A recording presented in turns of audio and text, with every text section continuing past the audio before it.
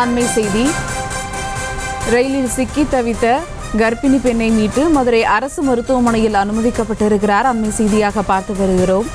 ரயிலில் சிக்கி தவித்த கர்ப்பிணியை ஹெலிகாப்டர் மூலமாக மீட்டு மதுரை ராஜாஜி மருத்துவமனையில் அனுமதிக்கப்பட்டிருக்கிறார்.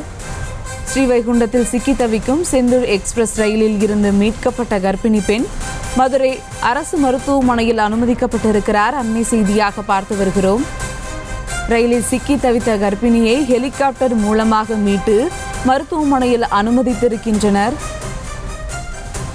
ஸ்ரீவைகுண்டத்தில் சிக்கி தவிக்கும் செந்தூர் எக்ஸ்பிரஸ் ரயிலில் இருந்து கர்ப்பிணி பெண் மீட்கப்பட்டு மதுரை அரசு மருத்துவமனையில் அனுமதிக்கப்பட்டிருக்கிறார். அண்மை செய்தியாக பார்த்து வருகிறோம். இது குறித்த கூடுதல் விவரங்களுடைய இணைகிறார் எமது செய்தியாளர் மதியழகன். வணக்கம் மதியழகன், விவரங்கள். நேற்று முன்தினம் இரவு திருச்செந்தூரிலிருந்து சென்னை நோக்கி புறப்பட்ட செந்தூர் எக்ஸ்பிரஸ் ரயில் கனமழை காரணமாக பயணத்தை தொடர முடியாத சூழலால் ஸ்ரீவைகுண்டம் ரயில் நிலையத்திலேயே நிறுத்தப்பட்டு இருந்தது.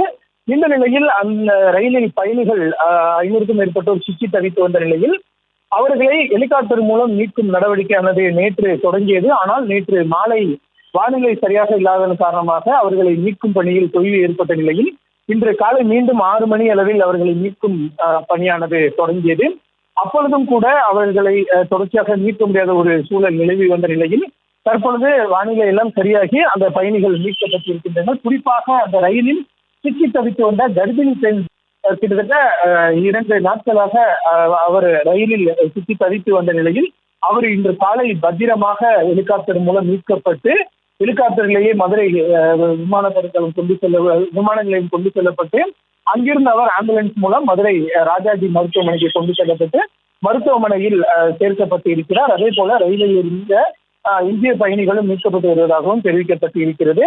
அவர்களெல்லாம் மீட்பதை போன்று இந்த பெண்மணியை மீட்பது என்பதும் மிகவும் ஒரு முக்கியத்துவம் வாய்ந்ததாக இருக்கிறது. குறிப்பாக இந்த சேவைக்கு அந்த ரயிலில் இருந்தவர்களும் பாராட்டுகளை தெரிவித்து வருகிறார்கள்.